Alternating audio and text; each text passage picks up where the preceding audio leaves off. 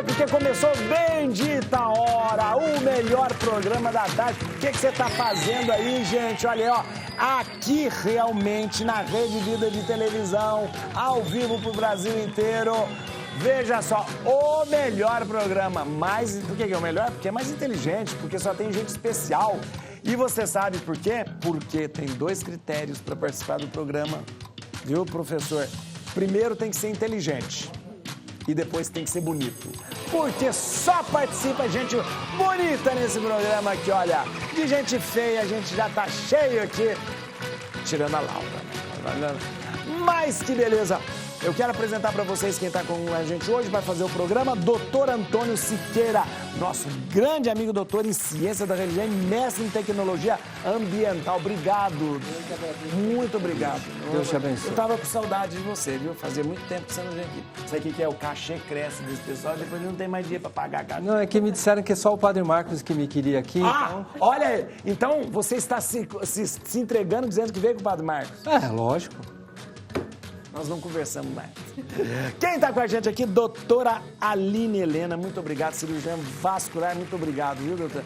Obrigado por estar aqui com a gente. Quantas coisas, quantas informações importantes e relevantes. Obrigado, viu? Professor Luiz Moreira, farmacêutico, bioquímico, CEO da High Nutrition. Obrigado por estar aqui, viu? Muito obrigado. Obrigado mesmo. Olha aí. Eu gosto muito dessa coisa da indústria farmacêutica. Antes eu falava mal da indústria farmacêutica, hoje eu não falo mais mal, não. Fui chamar a atenção aqui no programa pelo médico. Ele falou, não fala mais isso. E eu reconheço que é coisa. E olha aqui a Giovana Cernaglia. O Cernaglia, né, CEO da agência de marketing. Obrigado, muito obrigado por estar aqui com a gente. Obrigado. Estou vendo aqui quanta coisa aqui, ó. Sócia da Tríade. Tríade. Difícil mesmo. Para produção musical, audiovisual. Olha aí que beleza, quanta coisa. E CEO da agência digital Mind. Isso. Mind, obrigado. Eu que agradeço. Muito obrigado mesmo. Antes da gente começar o programa, eu queria falar com vocês um assunto que viralizou aí nesses últimos dias. Eu acho que vocês viram nas redes sociais, na televisão também. A irmã Eva. Quem que é a irmã Eva? A irmã Eva, ela é freira, mas ela é ex-modelo Camila Cardoso. Olha que lindo. Ela foi Miss, né? E depois foi modelo, abandonou o mundo da moda para se dedicar à vida religiosa. Hoje ela é da congregação Sancta Dei Genitrix, né? Arrecada fundos para os projetos sociais em Goiás e no Distrito Federal. Olha que lindo, a gente tá mostrando, mostra a foto dela, ela quando Miss, né? Vestida com hábito religioso, tem ali um véu, né? O véu sobre os cabelos ali, mas continua bonita, olha lá. A irmã Eva, né, atua diretamente nas ruas, feiras, comércio, como missionária da congregação Sancta Dei Genitrix, que é um grupo de uma congregação religiosa com identidade ortodoxa, da tradição ortodoxa da igreja, né? Olha que interessante, a igreja ortodoxa é a igreja que ela não é ligada a Roma, igreja ortodoxa, ela se separa da igreja católica no ano 1054, mas antes era uma só igreja. Em 1054, separou-se a igreja ortodoxa da igreja católica, mas como dizia João 23, as 2 igrejas, a ortodoxa e a católica, são 2 pulmões que respiram para manter a igreja sempre viva. Agora, olha que linda, põe de novo na tela para a gente ver. Olha que linda, ela ali com a coroa de Miss e depois como ela freira, ela é muito bonita mesmo, né? As pessoas às vezes falam assim, nossa, se admira, por que uma moça tão bonita, então só tem que gente feia para ser... Mas não é isso não, né? E depois, seguinte, o fato dela abandonar, né? Abandonou a carreira de modelo, mas não é uma coisa inédita. Eu estava conversando com o diretor Rodolfo, estava falando... Em 1963, uma atriz de Hollywood, Dolores Hart, olha que interessante. Essa é a Dolores Hart, que era uma atriz de Hollywood, né? Fez par romântico com Elvis Presley. Em determinado momento, ela abandonou Hollywood e virou freira beneditina, na abadesa, né?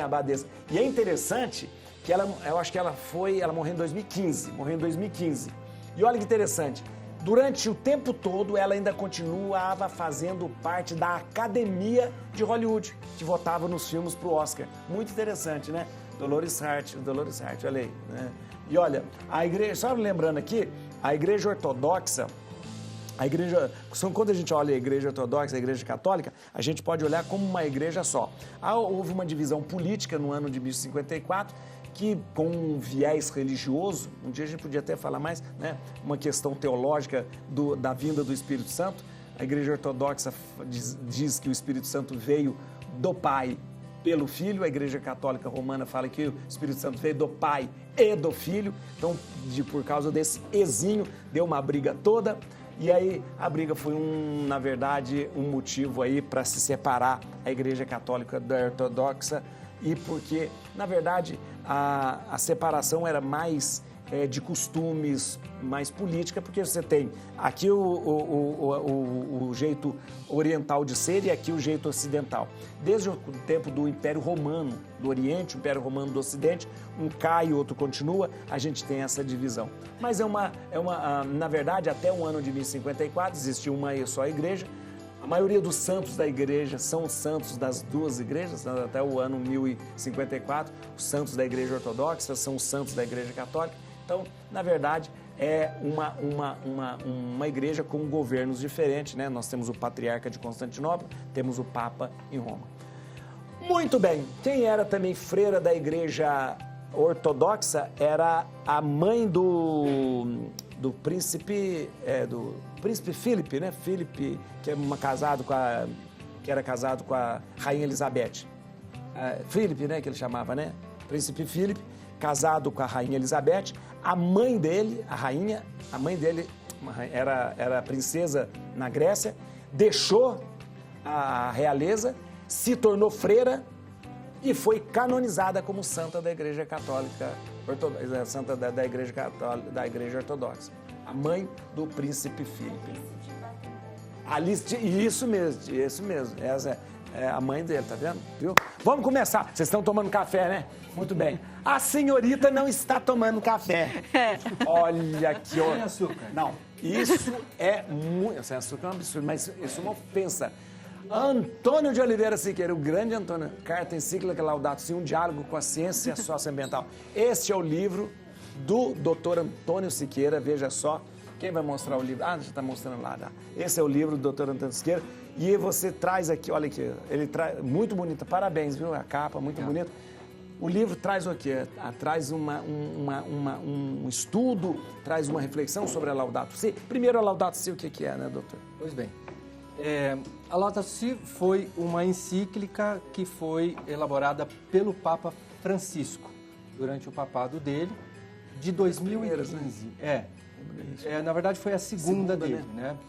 E em 2015 ele lança essa encíclica, que é a primeira encíclica cujo conteúdo é todo voltado para a questão socioambiental. Interessante. Os papas anteriores já tinham falado sobre isso e tal, mas a encíclica toda não. Toda é a primeira. O que é importante a gente pensar? Primeiro que, eu vou falar do livro, mas é assim, qualquer objeto escrito, qualquer coisa da igreja ou das igrejas ou de qualquer religião, ele pode ser avaliado do ponto de vista da ciência. Sim.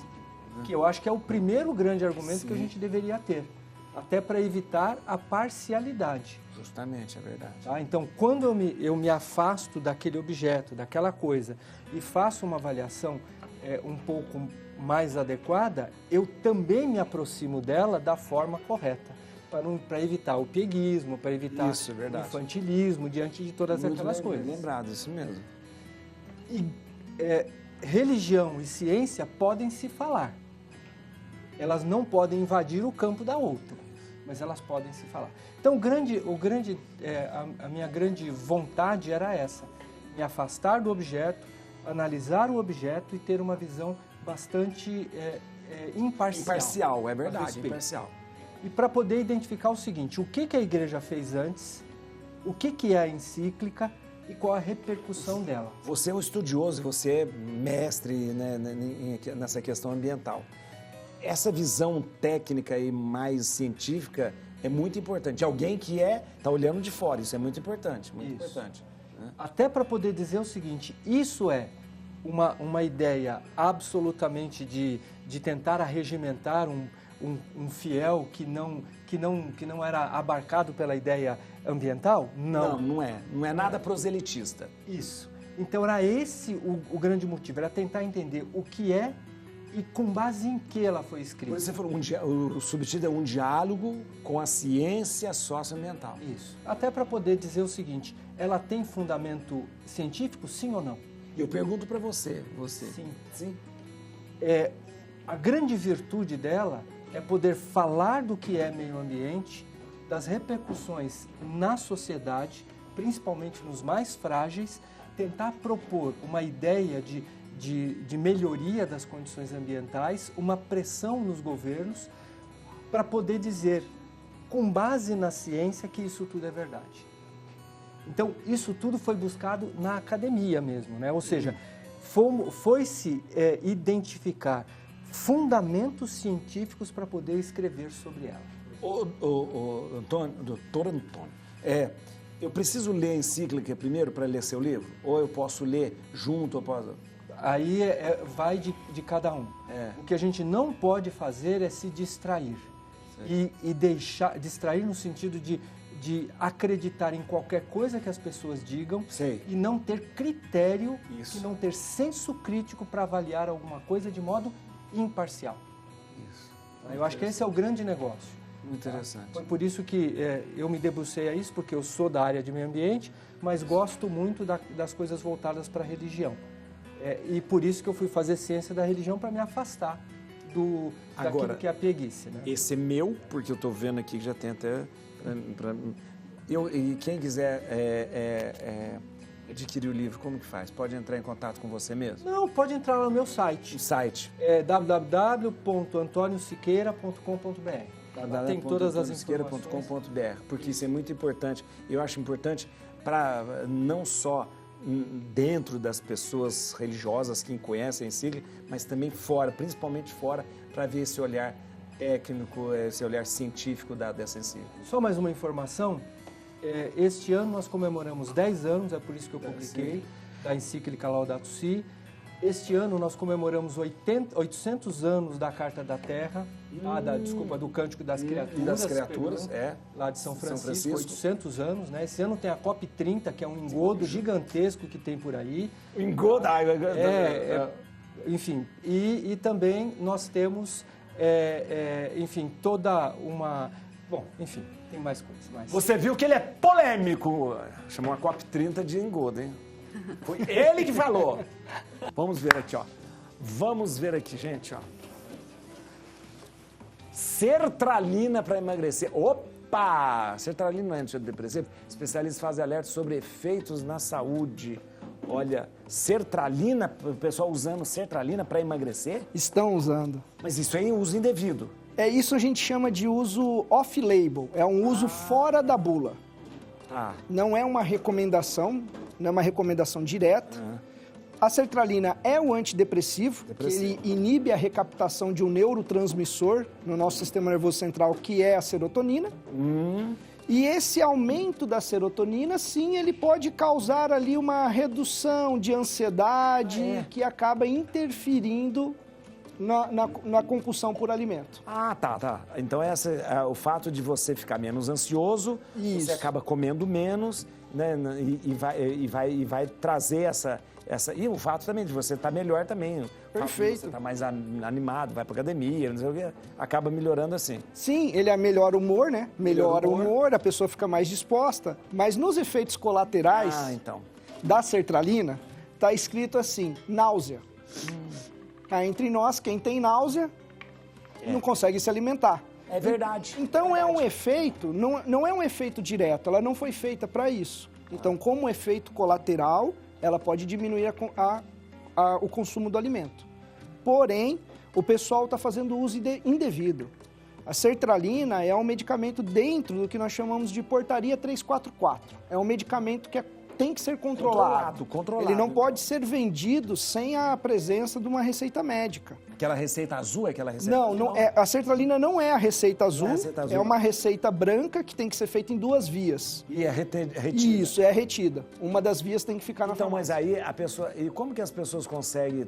eu quero sertralina para emagrecer. Vai chegar num médico e falar assim, eu não tenho depressão, mas eu quero sertralina para emagrecer. Isso pode existir, mas a gente sabe que existem profissionais, né, que não são tão legais assim, né? Ambos os lados. Pode existir um profissional que não está prescrevendo adequadamente, pode existir um outro profissional que vende a sertralina não adequadamente, mas algumas pessoas conseguem adquirir essa sertralina. Ou até mesmo por um parente ou um amigo que tem a receita que está usando. E aí, Sim. aquela velha história, vou te dar um pouquinho... Ó. Existem várias situações que podem levar essas pessoas a usar, mas o mais importante que é um dado, que de 10 pacientes que usam sertralina, 43% desses pacientes apresentam efeitos colaterais. Esses efeitos colaterais que você diz. Não só esses efeitos. A sertralina, ela é utilizada para o tratamento da ansiedade, da depressão, do toque. Do toque. Porém, em algumas pessoas, ela aumenta a ideia suicida. Você está brincando. Então, ela nunca deve ser usada sem um acompanhamento médico. Nunca, nunca. Olha que coisa, que perigo isso, gente. Olha que coisa. Porque as pessoas, de repente, o grande problema aqui no Brasil esse remédio foi bom para mim, toma também. Todo mundo, esse remédio... E sempre você deixa um pouquinho de remédio para dar para alguém, né? A automedicação é algo muito presente ainda na vida dos brasileiros. Os brasileiros ainda têm esse costume de procurar o uso de medicamentos sem procurar um médico ou um farmacêutico para buscar as informações adequadas do uso do medicamento. Pode haver o uso indevido entre dose ou posologia. Sei. Então, e isso pode levar a efeitos tóxicos. Podemos ter sobrecarga hepática, hipertensão, pode ter vários efeitos deletérios para a saúde do usuário.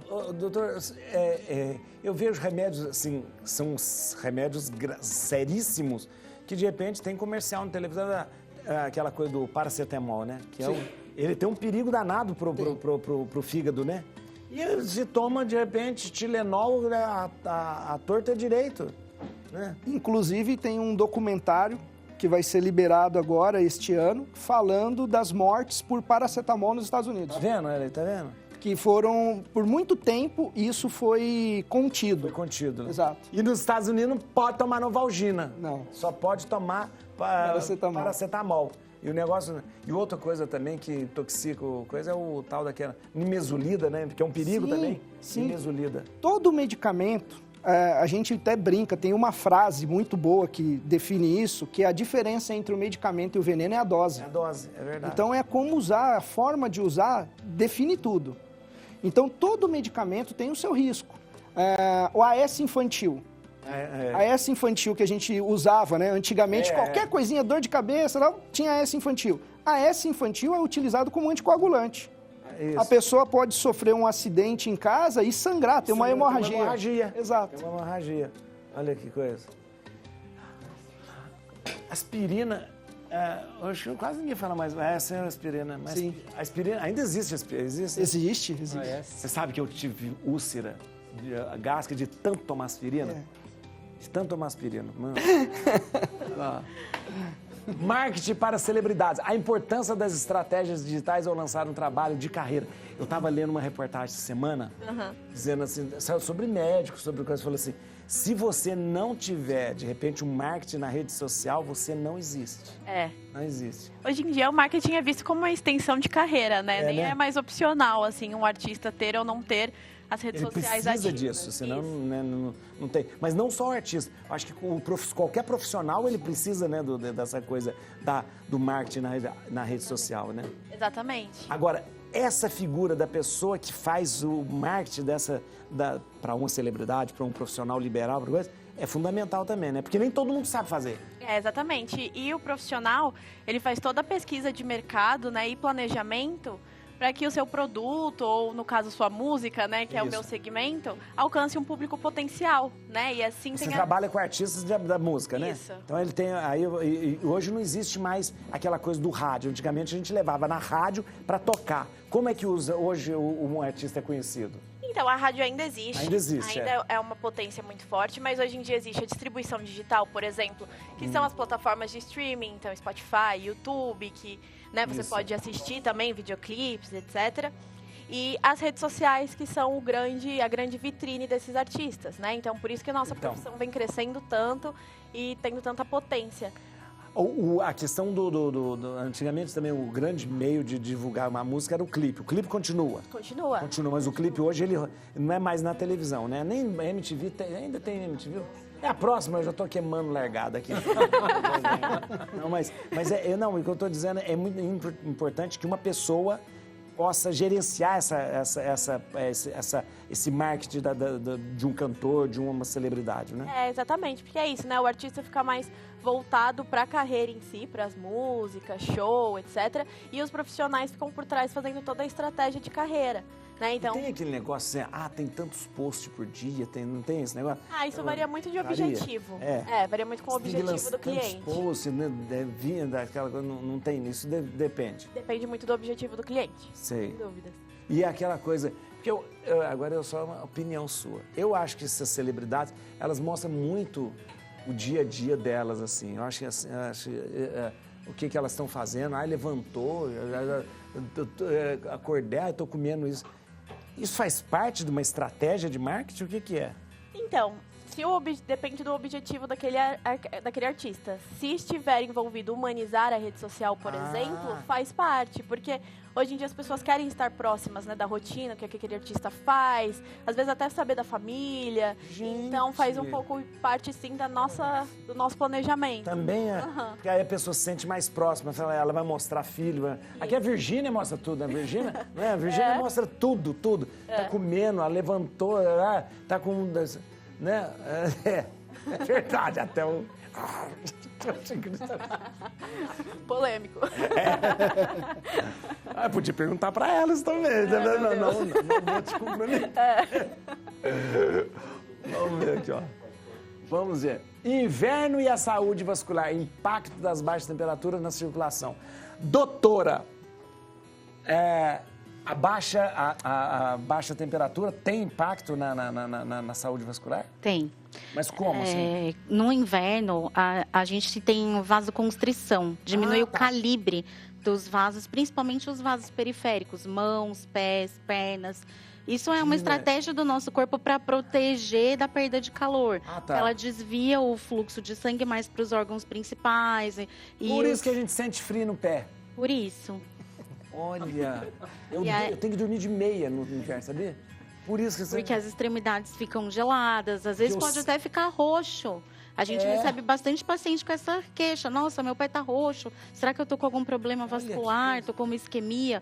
Pessoa preocupada, porque... Mas é por causa que o sangue, é o sangue mesmo? Ele fica mais desviado para os órgãos centrais e os vasos periféricos, eles contraem. Então, eles diminuem de calibre.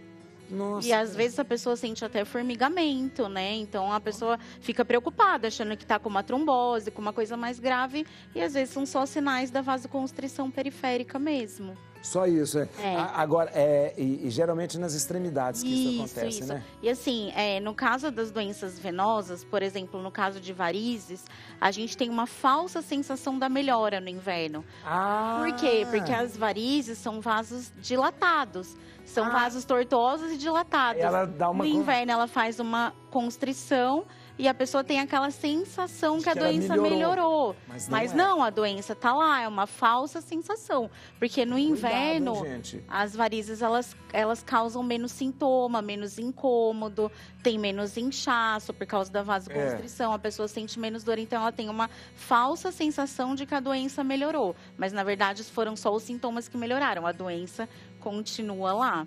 Agora, no caso, o fato de a gente, às vezes, sentir o frio, sentir que houve essa constrição, é bom aquecer, por exemplo, dormir com meia? Sim, muito bom. Principalmente nos casos dos pacientes que têm doença arterial, que é o contrário, que são os vasos que levam o fluxo sanguíneo para as extremidades. Então, a pessoa às vezes já tem essa circulação um pouco doente, ela já tem um pouco de obstrução, então já tem uma dificuldade do sangue chegar nas extremidades. Com essa vasoconstrição, diminuição do calibre desses vasos, piora essa chegada do sangue nas extremidades. Então, pioram os sintomas de quem tem doença arterial. Então, por exemplo, aquela pessoa que já tem aquela claudicação, que a gente chama, que é dificuldade, quando caminha, já não tem um aporte sanguíneo adequado. Isso piora no inverno, a pessoa às vezes passa a ter dor em repouso. Mas é bom aquecer, então, a região? Sim, aquecer. Com certeza. Com meia, com tudo certeza, isso. Precisa aquecer. Até uma prevenção para não fazer tanta vasoconstrição, manter essas extremidades aquecidas. Né? A gente orienta isso para os pacientes que têm problema arterial. Lá na paróquia tem um pessoal do bazar lá, eu sempre peço fazer meia para mim, meia de lã. Elas fazem umas ótimo. Meiona, de noite eu calço as meias, mas beleza. Sabe aonde que no frio, o que acontece no frio comigo? Minha orelha. Extremidade. Queima. Formiga, ela né? Queima, porque diz que essa fase... tem uns gorrinhos que também tem. Mas não, sabe que? Mas ela queima, fica quente demais, fica vermelha no frio. Diz que aqui tem muito vaso, né? Não, as duas. Né? Aí sabe o que eu faço? Aprendi isso. Aí eu vou e dou um choque térmico, eu vou e ponho água gelada, tá? Eu acho que eu li isso em algum lugar. Aí diz que os vasos... Faz vasoconstrição. Aí para de ficar... Porque diz que a orelha ela é muito vascularizada, né? E é tudo... Vasinho pequeno. Vasinho pequeno e raso, né? Aqui, ó, raso. Vocês são assim, é só eu sair daqui, vocês ficam conversando, né? Aí eu chego, para de falar. Olha. Não é conversa, a gente tava falando de você. Ó, tá vendo? Quem vai escolher a música pra gente terminar o programa hoje é... o doutor Antônio Siqueira, atenção, escolha a música que a gente vai terminar o programa hoje. Eu sempre escolho alguém para terminar com a música da sua vida. Dust in the Wind. Como? Dust in the Wind. Dust in the Wind. Nossa, olha aí. Somos pó. Olha isso, Dust in the Wind, olha aí. Veja, poeira ao vento, né? Uma coisa assim, né? Olha, Dust in the Wind. Somos instante. Olha que, você é muito filosófico, uma coisa de doido. Vamos ver aqui. Novo licenciamento ambiental pode reduzir proteção de florestas mais preservadas da Mata Atlântica. Muito bem, me conta sobre isso, esse novo licenciamento ambiental. Primeiro dizer que a Mata Atlântica, ela ia do Rio Grande do Sul até o Rio Grande do Norte. Toda a parte litorânea era coberto de Mata Atlântica. Por isso é a Mata Atlântica litorânea. Isso. Depois, a gente tem que imaginar que aonde é que nós colonizamos? Na área litorânea. Litorânea, começou ali na litorânea. Então, o que aconteceu com essa mata? Ela foi sendo devastada. Então, ela cobria mais ou menos 30% do território nacional. Quando ela estava intacta. Tá? Depois, com o que aconteceu em todo esse tempo, com extração de pau-brasil, com a introdução da cultura cafeeira, do pasto para o leite, da cana-de-açúcar e tantas coisas, nós reduzimos isso a mais ou menos 3% no século XX. Tá? Então, de tudo aquilo que tinha, nós tiramos 97% e ficamos só com 3%. Hoje ela foi reconduzida a mais ou menos 12% ou 30%, dependendo daquilo que a gente pode estabelecer como critério. 12% sobrou da Mata Atlântica. Isso. Bom, diante daquilo que aconteceu, que foi o processo de licenciamento em tese que permitiu, eu vou falar licenciamento, eu não vou entrar na questão técnica, que permitiu, ainda assim nós conseguimos evoluir nesse tempo. Nós chegamos à estrutura urbana que nós temos hoje e tal, por conta disso, nós ocupamos essa área. Aí o que acontece? Algumas pessoas começaram a dizer, o licenciamento está muito restritivo, então nós precisamos dar um jeito... De deixar ele mais laxo. Isso. Então, ao invés de ter vários órgãos se manifestando, agora a ideia é que tenha só o ambiental, município ou estado para poder fazer a liberação. Isso é um perigo. Aí é que está. Então, quando eu não cruzo órgãos para poder dizer, olha, acho que você, ou seja, você me respeita e eu te respeito, então vamos tentar chegar... Porque assim, não é que a gente tem que manter a mata absolutamente intacta. Eu não sou a favor da questão originária, eu acho que isso é um pouco fora do que a ciência permite. O que a gente precisa fazer é de uma maneira acolhida pelo que a ciência preconiza. Então, primeiro, não é colocar ilhas de Mata Atlântica. Isso. Nós precisamos fazer corredores de Mata Atlântica. Mas nós precisamos revitalizar aquilo que existia. Mas o que você fala é uma coisa muito séria, porque é o seguinte, se você não tem um órgão como um guarda-chuva justamente organizando tudo isso aqui, cada um vai fazer do seu jeito e nunca dá certo isso. Isso. E principalmente porque se fossem organismos que têm critério para poder fazer, tá tudo certo, mas existe uma pressão urbana, né, para poder construir mais residência, para poder colonizar mais. Cada um vai puxar para o seu lado. Exato. Então existem pressões. Gente, quantas e quantas anistias já não foram feitas em todos os municípios? É verdade, você tem razão. Por quê? Eu vou lá, ocupo de uma maneira inadequada, aí aparece um vereador, um deputado, etc., para poder...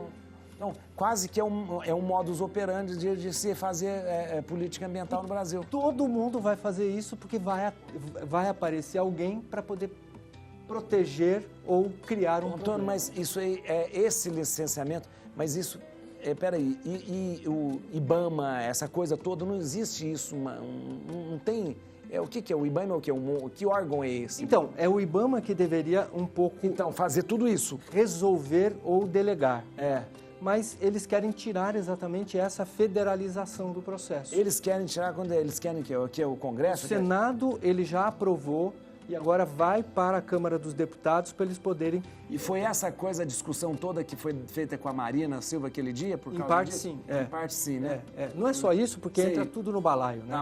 Mas aquela coisa, aquele embate foi mais ou menos isso, né? A flexibilização. Ou seja, o Senado já aprovou isso? Já aprovou. E agora vai... É um projeto de lei de 2021 que agora entrou em votação. Entrando em votação agora em 2025, já passou pelo Senado, vai para a Câmara dos Deputados. Acabou. Então vai para você. Porque aí o presidente pode... Mas o veto do presidente é uma coisa limitada, porque o veto aí volta aquela coisa toda. Ou seja, acabou, viu, gente? Acabou. Nossa, olha aí. Foi muito clara a sua exposição. Realmente eu não tinha consciência disso. Foi muito interessante mesmo. Impressionante. Muito bom, né? É necessário suplementação na amamentação? É necessária... Sei. Mas a gente porque a amamentação, a gente diz assim, ó, tem tudo. Ali o leite da mãe tem tudo. Nem água para você tomar, nem... E é necessário? É necessário e vamos começar pela água. A hidratação é um dos fatores mais importantes para a mulher na produção do leite materno. Hidratação da mulher? Da mulher. Se ela não tomar água, ela não consegue produzir leite. Gente, olha que coisa. É o principal fator que toda mulher tem que se preocupar, é o quanto de água que ela ingere. Mas é importante ela entender que o leite materno é um produto do metabolismo dela. E o leite materno vai refletir o status da saúde. Dela. Da nutrição dela. O leite materno é fonte de carboidrato, de lipídios, de proteínas, de minerais e vitaminas para o bebê. Então, ele tem que fornecer isso. Para fornecer isso, ele tira da mãe. Da mãe. Então, a mãe tem que alimentar bem. Perfeito. Alimentar. Mas essas meninas que só querem ficar magrela, não sai leite dali, não tem jeito. Não tem como. É importante porque a gente vive ainda essa questão da busca do corpo perfeito. O momento de amamentação, a mulher tem um aumento do gasto calórico. Então, se tudo correr bem, tem algumas mulheres que têm até redução do peso. Pode até... Quando ela está amamentando, Sim. É verdade. Só que essa busca do corpo perfeito, padre, faz o quê? Com que essas mulheres façam alguma dieta nesse período para intensificar esse retorno para o corpo perfeito. Porque tem essa coisa, eu tenho que voltar ao meu corpo, meu corpo. E o pessoal até, nossa, você voltou seu corpo logo. Claro, 3 semanas, né? Hã? 3 semanas. 3 semanas, e a criança não mamou nada. Exatamente. Exatamente. Então, nada de dieta restritiva nesse momento, nada de jejum intermitente nesse momento. Esse momento não é para isso. E a suplementação, ela é uma ferramenta. Porque nesse momento da amamentação, é muito difícil para a mulher o gerenciamento de uma criança, os horários dessa criança, a casa, também, né? Trabalha. Então, a mulher fica sobrecarregada nesse momento e às vezes ela não, por mais que ela queira, ela não consegue efetuar uma boa alimentação. E aí que entra a suplementação. Principalmente melhorando... Suplementação para criança.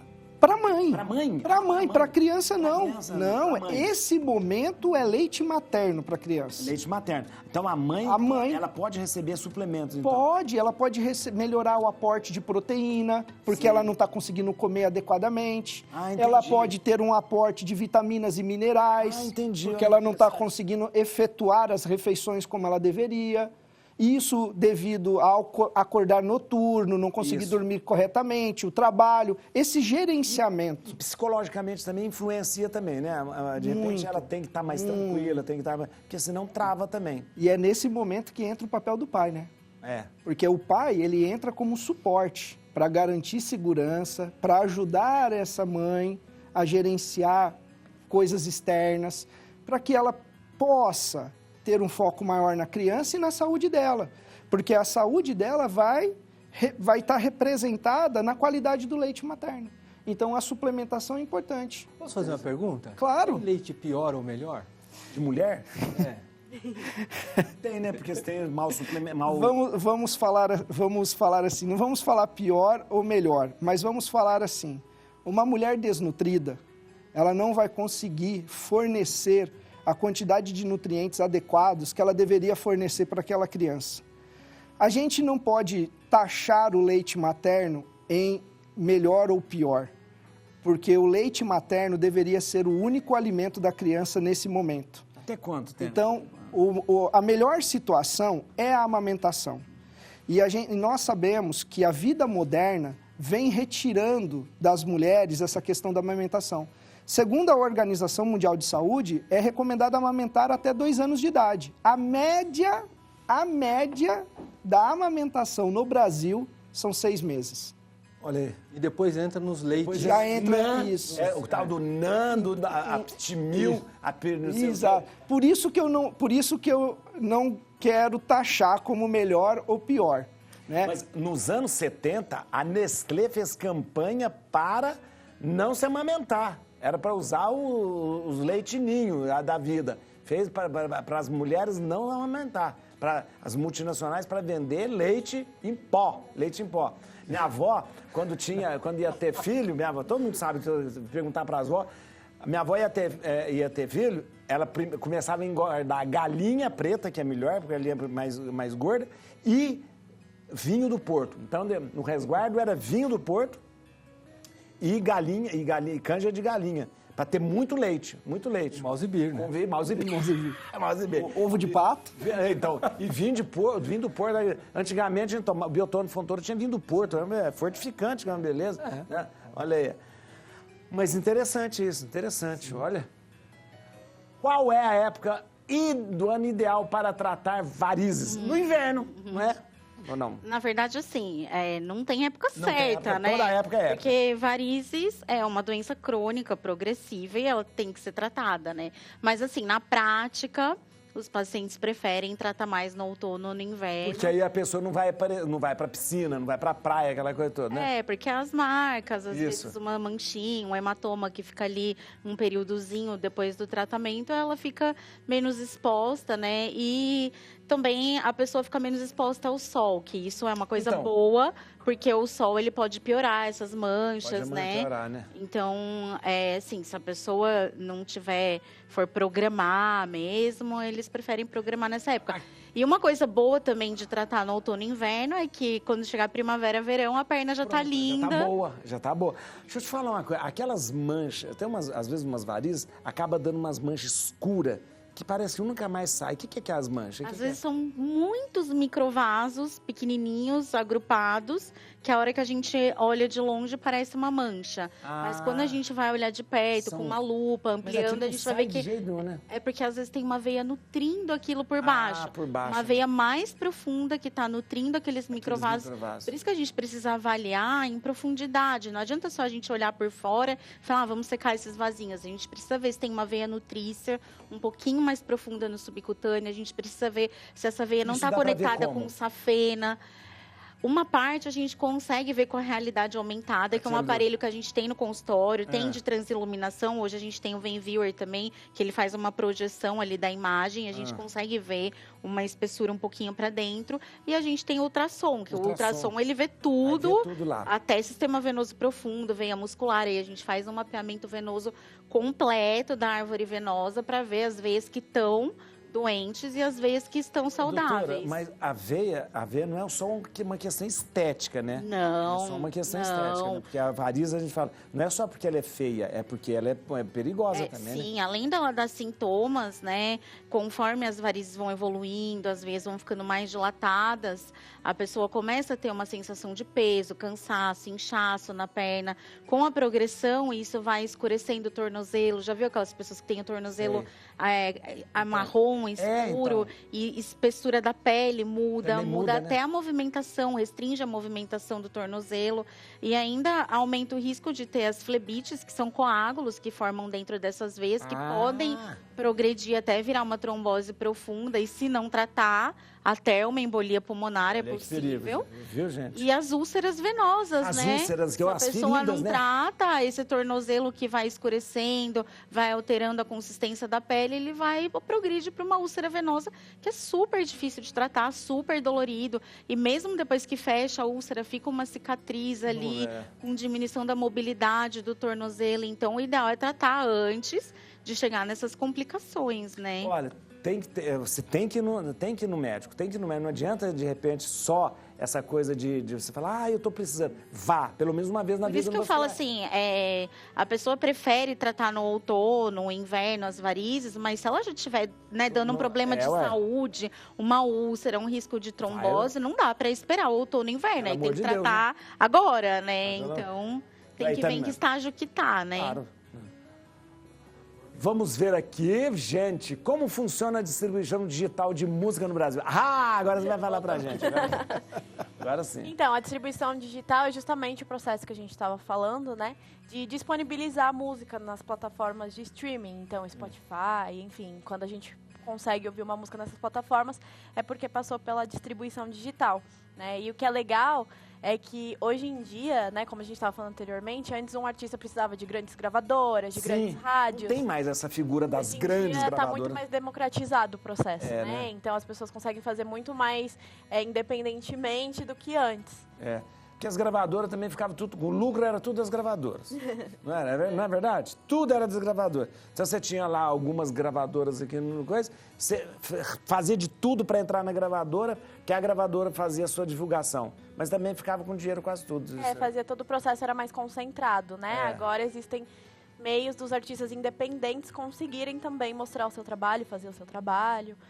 Eu estava falando do clipe, né? O clipe é uma ferramenta importante, né? Para se divulgar uma música. Muito, porque as pessoas são muito visuais, né? Então as pessoas gostam muito de consumir os audiovisuais, clipes. O Condzilla, gente, o que ele produz de coisa, tudo dele vira bilhões de visualização. Exatamente.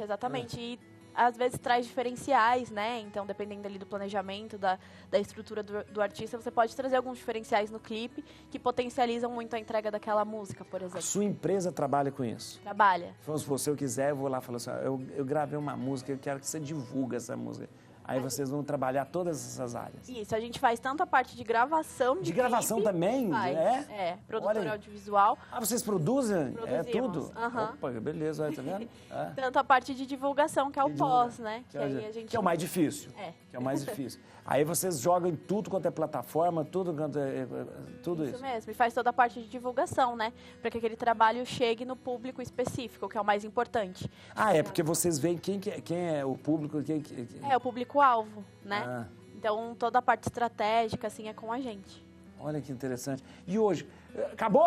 Eu ia perguntar para... O que mais vocês têm hoje lá de clientes de vocês? Que tipo de música que é? Mais samba e pagode. Samba e pagode? Samba, gente, eu tenho uma tristeza quando eu penso que não tem mais samba como o Martinho da Vila, essas coisas. Sabe quem que eu gosto? A voz mais linda que eu acho de samba, de todas as vozes, aquele menino chama Ferrugem. Gente, não é bom? Fala a verdade, né? Que gostoso. Eu gosto de ver ele cantar, porque parece que a voz sai... Nossa. Ele é. E tem uma tristeza, para terminar, tem uma tristeza muito grande quando fazem saber que o funk antigamente, que veio lá dos Estados Unidos, era muito bonito. A gente tinha aqui no Brasil como que é? Noriel Vilela, que era coisa do funk. Tem um funk chamado 16 toneladas. Um dia vocês escutam 16 toneladas, que é um baixo profundo, assim. Só que aí o funk virou uma outra coisa, que não é o funk que começou, né? Uma outra coisa. Mas não vou falar mal do funk agora, porque eu queria falar, mas não vou... Mas, muito bom. Acabou o programa. Então, vamos... obrigado. Vamos à música do Dr. Antônio. Essa aí, doutor. Aí, Queria agradecer. Muito obrigado, doutor. Olha aqui o livro... Carta Encíclica Laudato Si, um diálogo com a ciência socioambiental. Muito obrigado. Eu quero que vocês podem seguir o Antônio no Instagram, @antônio.oliveira.siqueira, né? E também no LinkedIn, Antônio Siqueira Prolab. E tem o site aqui também, antoniosiqueira.com.br, tá ali. Muito obrigado, viu? Muito obrigado mesmo, viu? Eu que agradeço, padre, a oportunidade sempre. Muito bom. Doutora Aline, quanta informação importante. Obrigado, viu, doutora Aline? Eu que agradeço. Olha, eu aconselho você agora, tá no inverno, vai na doutora Aline para tirar esses vasos, essas veias feias que você tá aí, @doutora Aline Helena no Instagram. @doutora Aline Helena, pode entrar e ver o trabalho dela que é maravilhoso. Muito obrigado. Obrigada, eu que agradeço. Giovana, muito obrigado, Giovana. Atenção, você quer produzir alguma coisa? Você quer lançar sua música? Aqui, vou dar aqui, Acesse o site Digital Mind Agência. Eu vou falar em português. digitalmindagência.com.br. Para você ver lá, fazem tudo para você. Olha lá, que beleza. No Instagram, @digitalmindagência, _. Isso mesmo. Underline, tem um underline ali. Ou então, @Gisernaglia. Cernaglia. Muito obrigada. Obrigado. Professor, muito obrigado. Nossa, muito bom, professor. Professor, aqui, olha, eu quero que você acesse o site do professor. Informações importantes, porque a gente vai informação que não acredita em tudo na internet não, hein? Pelo amor de Deus. profluizmoreira.com.br profluizmoreira.com.br, tá bom? E no Instagram, @profluizmoreira.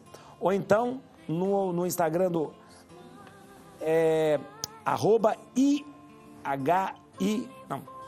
Instituto Rai Nutrition. Como que fala isso? Nutrition. Nutrition. Não sei, tá escrito lá. Bom, ou então, obrigado. Muito obrigado mesmo. Obrigado. Aumenta o som, acabou o programa.